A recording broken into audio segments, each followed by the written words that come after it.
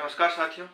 आज से हम अपने इस यूट्यूब चैनल पर जो है एक नई श्रृंखला, एक नई सीरीज शुरू करने वाले हैं संविधान की।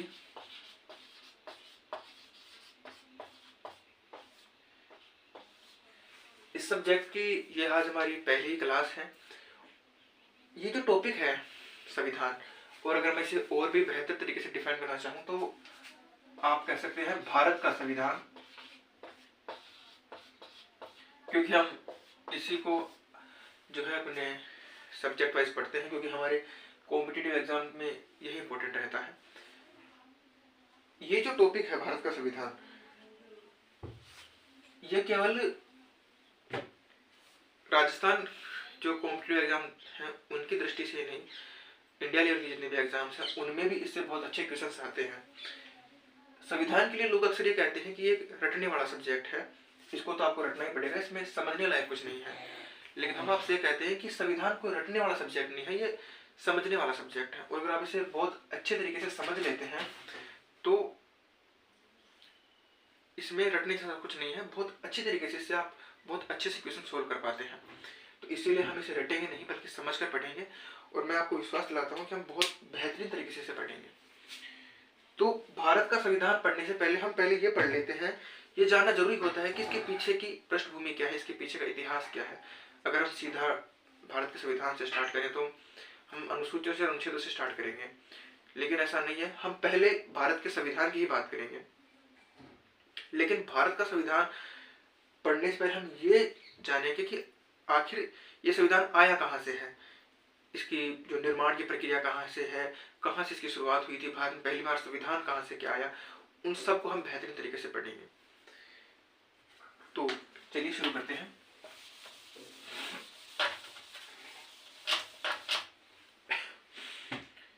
तो देखिए, भारत में जो संविधान की शुरुआत है, भारत में अगर हम ये मान लें कि कोई संविधान की जो नींव है, आधार है, वो कोई लेकर आए थे, तो भारत में अंग्रेज लेकर आए थे। इसकी शुरुआत होती है साल 1600 ईस्वी से। सन 1600 ईस्वी के अंदर इंग्लैंड में कंपनी की स्थापना होती है जिसे बोलते हैं EIC, ईस्ट इंडिया कंपनी। इस कंपनी की स्थापना होती है। ये कंपनी 1608 में भारत आती है और 1615 के आसपास इस कंपनी को भारत में व्यापार करने की अनुमति मिल जाती है। यानी कि 1600 ईस्वी में इसकी स्थापना हुई, 1608 में कंपनी भारत आई और 1615 में इस कंपनी को व्यापार करने की अनुमति मिल जाती है। नॉर्मली ये कंपनी भारत में सिर्फ व्यापार करने के लिए आई थी। इस कंपनी का किसी शासन व्यवस्था से, किसी संविधान से कोई लेना नहीं था। इसका काम केवल यह था कि भारत में व्यापार करेगी, लाभ कमाएगी और इंग्लैंड में अपना लाभ कमाकर भेजेगी।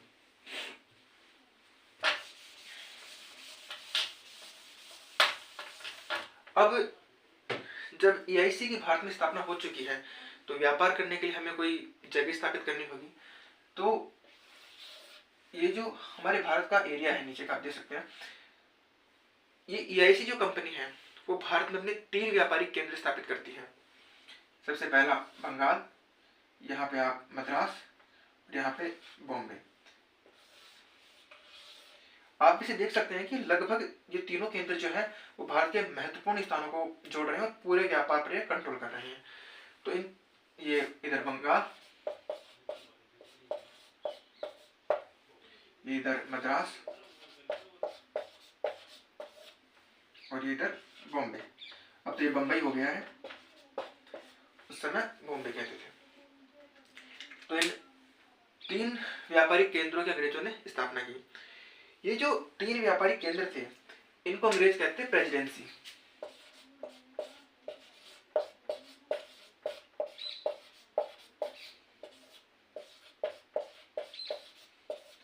यानी इन तीनों क्षेत्रों को अंग्रेज क्या करते थे, प्रेसिडेंसी नगर। और ये जो प्रेसिडेंसी नगर थे, इन तीनों प्रेसिडेंसी नगरों में अंग्रेजों का एक एक अधिकारी बैठा करता था जिसे बोलते थे गवर्नर। यानी इन तीनों प्रेसिडेंसियों में एक उच्च अधिकारी बैठेगा और उस उच्च अधिकारी को बोलते थे गवर्नर। अंग्रेज उसे अपना गवर्नर बोलते थे। अब चीजें ठीक ठीक चलती रही, लेकिन हुआ क्या कि जो बंगाल थे, अब अंग्रेज यहाँ से व्यापार करते थे, तीनों प्रेसिडेंसी उनके अपने अधिकारी बैठा करते थे। बंगाल को अंग्रेजों ने अपना सबसे महत्वपूर्ण व्यापारिक केंद्र बनाया था। इन नगरों से तो फिर भी इतना व्यापार नहीं होता था, लेकिन बंगाल उस समय सोने की चिड़िया था जिसे आप कहते हो, और यही अंग्रेजों का सबसे महत्वपूर्ण व्यापारिक केंद्र था। अंग्रेजों का सबसे महत्वपूर्ण व्यापारिक केंद्र क्या रहा? बंगाल रहा। तो मैं आशा करता हूं कि यहां तक आपको बात समझ में आई होगी।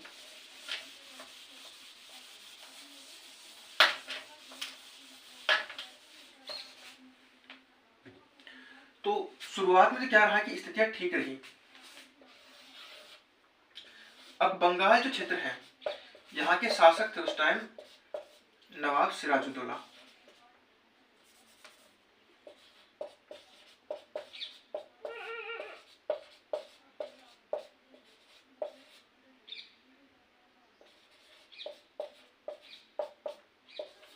नवाब सिराजुद्दौला यहाँ के नवाब थे उस समय।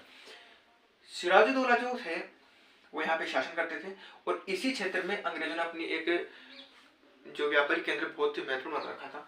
यहाँ से अंग्रेज व्यापार किया करते थे। धीरे धीरे क्या हुआ कि अंग्रेज यहाँ पे हावी होने लग गए।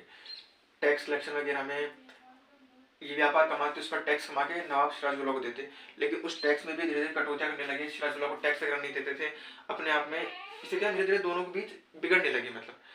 और ये होते होते स्थिति ये आ गई कि सन 1757 में एक युद्ध होता है, और इस युद्ध को बोलते हैं पलासी का युद्ध।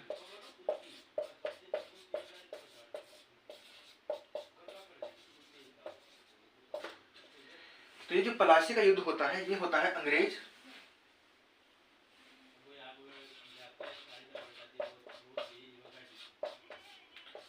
वर्सेस अपने जो बंगाल के नवाब थे उनके मध्य ये युद्ध होता है।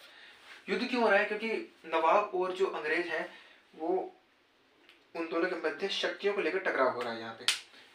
अब आप ये बोलेंगे कि साहब इनके पास, अंग्रेजों के पास सेना कहाँ से आई भारत में युद्ध करने के लिए? तो देखो, अंग्रेजों ने जो अपनी व्यापारिक प्रेसिडेंसी वगैरह बना रखी थी, ये तीनों प्रेसिडेंसी वगैरह बना रखे थे, इन नगरों में ही क्या था, इनके छोटे मोटे जो फैक्ट्री वगैरह होती थी, उन फैक्ट्री की सुरक्षा के नाम पर इन्होंने कुछ लोगों की भर्ती कर रखी थी, और वही जो सैनिक थे केवल उन फैक्ट्री की सुरक्षा करती थी, उन्हीं सैनिकों के दम पर इन्होंने युद्ध लड़ा था। सिराजुद्दौला का इस युद्ध में पलड़ा बहुत भारी था, लेकिन नवाब सिराजुद्दौला के एक सेनापति थे मीर जाफर।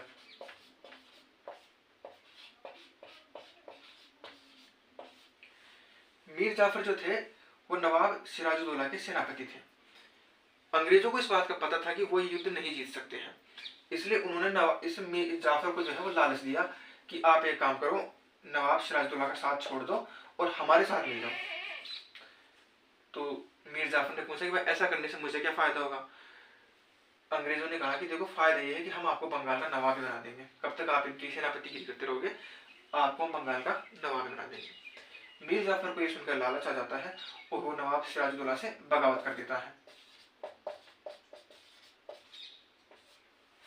और उसके बदौलत होता यह है कि अंग्रेज युद्ध जीत जाते हैं और नवाब सिराजुद्दौला युद्ध हार जाते हैं। युद्ध हार गए तो मीर जाफर को नवाब बना दिया गया और सिराजुद्दौला को बंगाल से बाहर निकाल दिया गया। ये इस युद्ध का परिणाम रहा। अब क्योंकि मीर जाफर अंग्रेजों की बदौलत युद्ध जीता है और अंग्रेजों की बदौलत वो बंगाल का नवाब बना है, तो बंगाल में उसने उन्हें और भी महत्वपूर्ण अधिकार दिए और व्यापार करने की बहुत अच्छी अनुमति उन्हें दे दी। धीरे धीरे परिस्थितियां मीर जाफर के साथ भी खराब होने लगी, क्योंकि मीर जाफर आखिरकार नवाब था और अंग्रेज वहां पे व्यापार कर रहे थे, लेकिन वो मीर जाफर की कोई बात नहीं मानते थे। स्थितियां खराब होती गई, जिससे इस मीर जाफर और अंग्रेजों की बनी नहीं। और मीर जाफर का एक बाद में सेनापति कह लो, दीवान कह लो, जिसका नाम था मीर कासिम।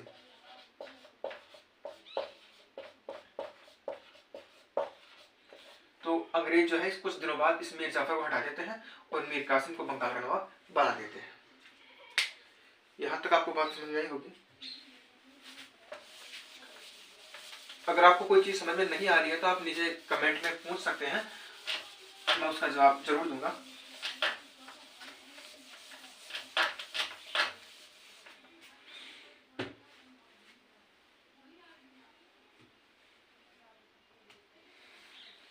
तो यहां तक हम बात कर चुके थे कि मीर जाफर को हटाकर मीर कासिम को बंगाल का नवाब बना दिया गया था। ये जो मीर कासिम थे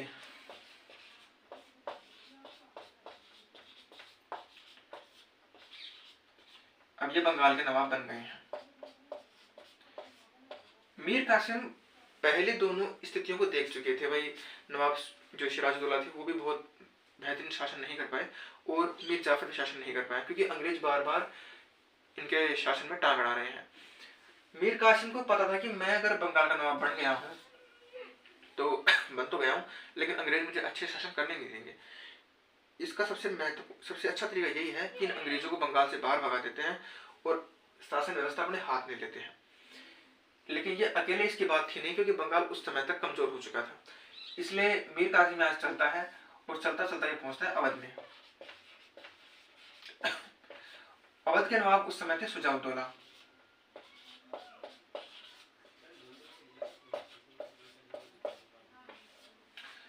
तो शुजाउद्दौला से मिलते हैं और शुजाउद्दौला के बाद ये जाते हैं दिल्ली। दिल्ली के उस समय मुगल बादशाह थे शाह आलम सेकंड।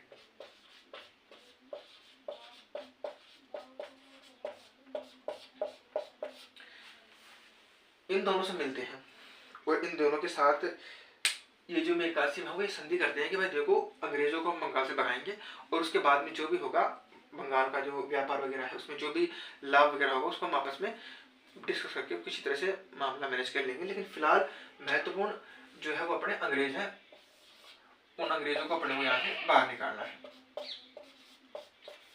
अब यहाँ पे तीन शक्तियां आप देख सकते हैं कि बंगाल का नवाब, अवध का नवाब और दिल्ली के शाह आलम सेकंड, ये उस समय भारत के तीन सबसे महत्वपूर्ण शासक थे और भारत के लगभग पूरे भारत को ये कंट्रोल करते थे। भारत की तीन सबसे बड़ी सल्तनतें हैं ये, और ये किनको हराने जा रही हैं? अंग्रेजों की, जो कि अभी तक भारत में बिल्कुल कोई लेना देना नहीं है अंग्रेजों का। ये तीनों मिलकर अंग्रेजों के खिलाफ एक युद्ध लड़ेंगे और वो युद्ध होता है बक्सर का युद्ध।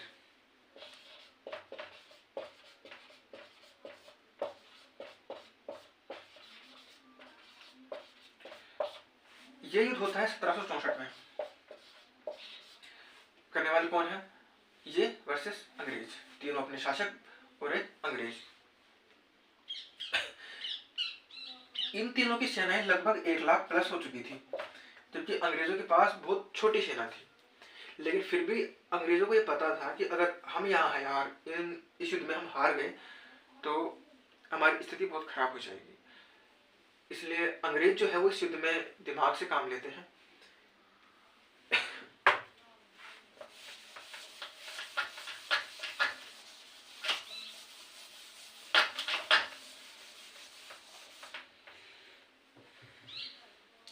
तो हम यहाँ बैठा थे इनको, इधर हमारे तीनों शासक हैं वर्सेस इधर हमारे अंग्रेज हैं।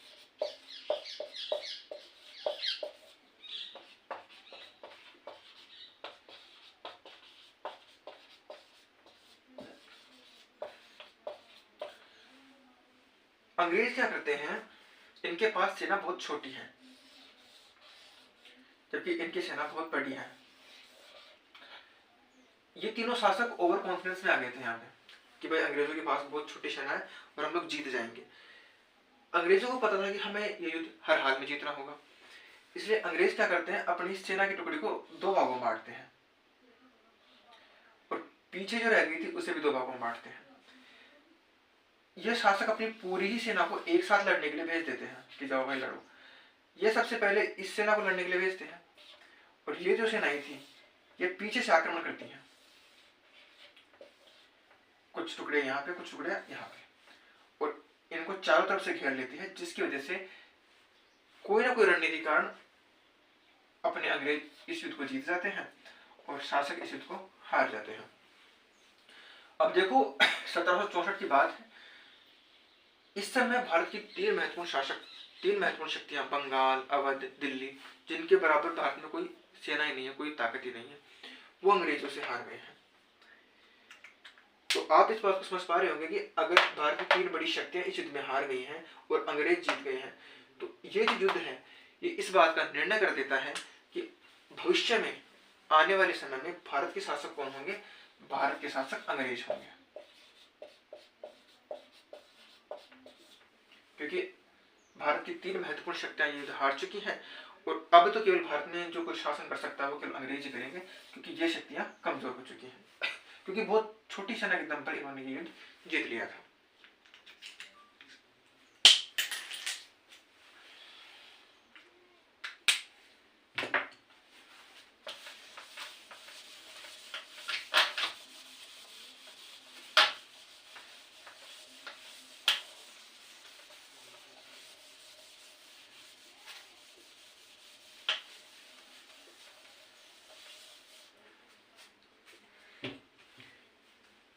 अब क्योंकि अंग्रेज ये युद्ध जीत चुके हैं तो उन्हें जीतने के बदले में कुछ ना कुछ चाहिए होगा, तो वो एक काम करते हैं, वो करते हैं इलाहाबाद की संधि।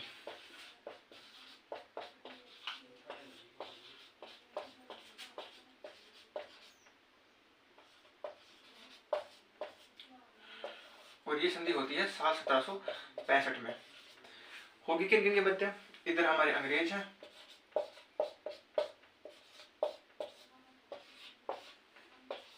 इधर हमारे दिल्ली, अवध और बंगाल, इन तीनों के शासक हैं, तीनों रियासतें हैं। इस संधि के तहत बंगाल,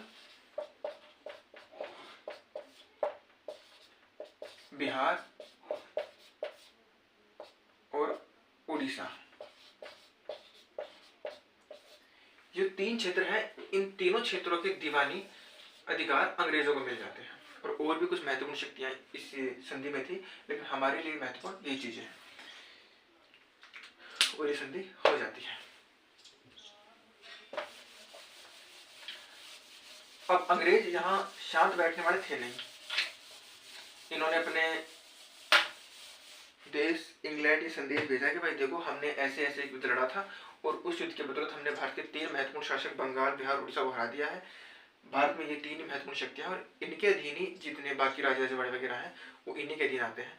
लेकिन जो महत्वपूर्ण भारत की 3 शक्तियां हैं उन पर हमने कब्जा कर लिया है, तो अब हमें आगे बताओ कि हमें करना क्या है। इंग्लैंड संदेश भेज जाता है। इंग्लैंड उस समय बहुत मजबूत देश था, बहुत बड़ी ताकत थी इंग्लैंड। अब फ्री पंटे और एक देश में तरह शासन चलाने के लिए तो इंग्लैंड के पीछे हटता भारत का शासन चलाने के लिए। अब क्योंकि एक तरह से भारत का शासन अंग्रेजों के हाथ में आ गया है, लेकिन शासन अगर हमें चलाना है तो उसके लिए हमें क्या चाहिए? कोई संविधान चाहिए, कुछ चाहिए ऐसा चीज जिसके वजह से वो शासन चलाया जा सके। तो फिलहाल तो उन्होंने उन शासकों को देके रखा कि तुम ऐसे चलाओ, और कुछ जो दीवान वगैरह अधिकार थे अंग्रेजों ने ले लिए थे। इंग्लैंड संदेश भेजा गया और उसी संदेश के बदौलत भारत के संविधान, भारत के इतिहास में या पूरे आज तक के इतिहास में जो साल आ चुका है 1765 तक का, उसके इतिहास में और आज तक के भारत के इतिहास में एक पहला एक्ट पास होकर आता है जिसे कहते हैं 1773 का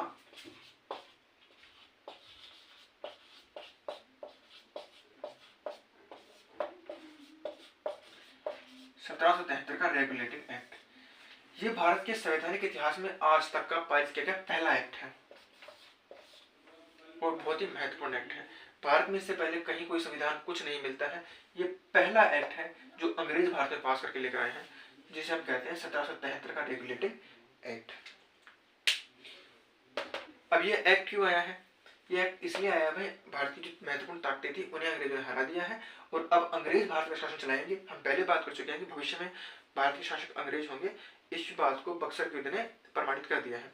अब उसी शासन को चलाने के लिए अंग्रेज भारत में ये एक्ट लेकर आए हैं। यहाँ के अंग्रेज जो थे उन्होंने इंग्लैंड संदेश भेजा, इंग्लैंड की संसद ने ये एक्ट पारित करके भारत भेजा है। अब इस एक्ट में था क्या?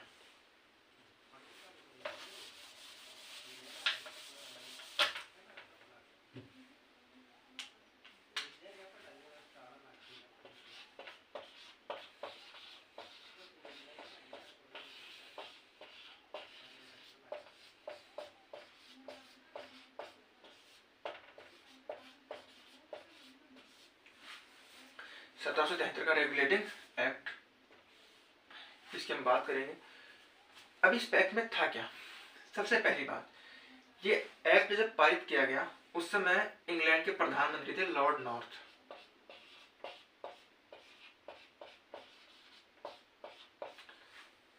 ये बात समझ गए। दूसरी चीज, 1773 के रेगुलेटिंग एक्ट के तहत जो 3 प्रेसिडेंसी नगर थे, बॉम्बे, बंगाल, मद्रास, हम पहले बात कर चुके हैं कि उन तीनों में एक अधिकारी बैठा करते जिसे बोलते गवर्नर। लेकिन इस एक्ट में ये किया गया कि जो बंगाल का गवर्नर है, अब वो गवर्नर नहीं रहेगा, वो बन जाएगा गवर्नर जनरल।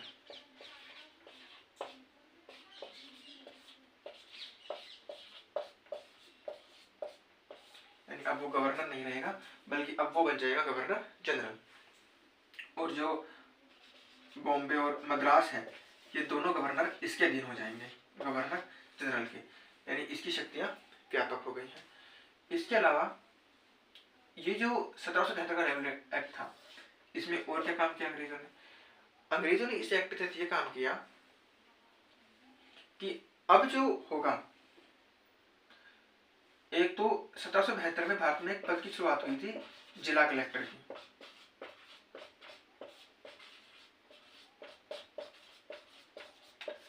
ये जितने भी जिला कलेक्टर होंगे, ये सारे के सारे इस गवर्नर जनरल के अधीन आएंगे। दूसरा, ये जो गवर्नर जनरल है, ये अकेला तो इतना काम संभाल नहीं सकता। इसको काम को संभालने के लिए एक 4 सदस्यों की कार्यकारी परिषद बना देगी। भैया अकेले एक तुझे प्लस इसके साथ इसके 4 सदस्य होंगे, सहयोगी होंगे, जो इसके साथ मिलकर काम करेंगे। इसी एक्ट के द्वारा भारत में पहली बार एक न्यायालय की भी स्थापना होती है, जिसे बोलते हैं अपेक्स न्यायालय।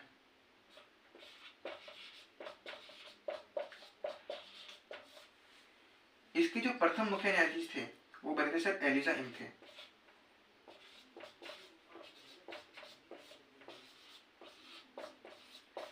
तो ये एलिजा इम्फे जो थे, वो इसके पहले जो है वो क्या बनते हैं, मुख्य न्यायाधीश बनते हैं, एलिजा इम्फे। ये जो 1773 का रेगुलेटिंग एक्ट था, इसमें ये सबसे महत्वपूर्ण बातें थी।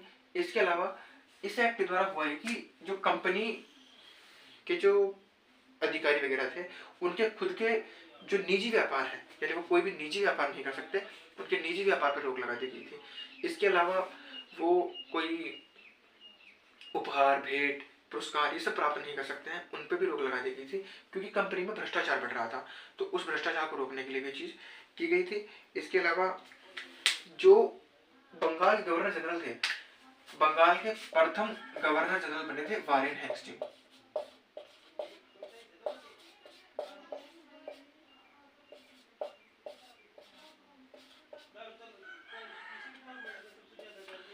वारेन हेस्टिंग बंगाल के प्रथम गवर्नर जनरल बने थे।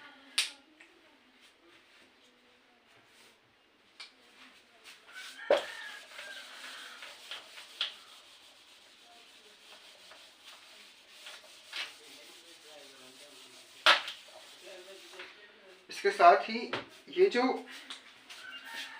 1773 का रेगुलेटिंग एक्ट है, इस एक्ट में कुछ कमियां रह गई थी। उन कमियों को दूर करने के लिए सन 1781 में एक छोटा सा एक्ट और आया था, जिसे बोलते हैं एक्ट ऑफ सेटलमेंट।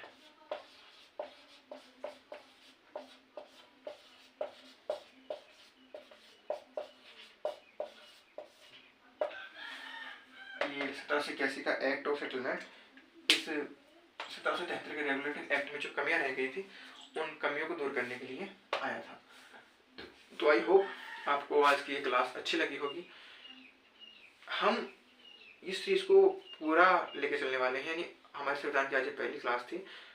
जितना भारत का संविधान है, टोटल पूरी क्लासें आपको यहाँ पे पढ़ाई जाएंगी, ए से लेकर जेड तक, कोई दिक्कत नहीं है। जितने भी कॉम्पिटिटिव एग्जाम्स हैं, राजस्थान की हैं, इंडिया लेवल की हैं, उन सभी की दृष्टि से भारत का संविधान आपको तैयार कराया जाएगा। और ए से लेकर जेड तक पूरा एंड तक हम आपको यहाँ पढ़ाएंगे। रोज ऐसी एक क्लास हम संविधान की इस चैनल पर लाते रहेंगे। तो मिलते हैं कल को एक नई क्लास में। तब तक जय हिंद, जय भारत।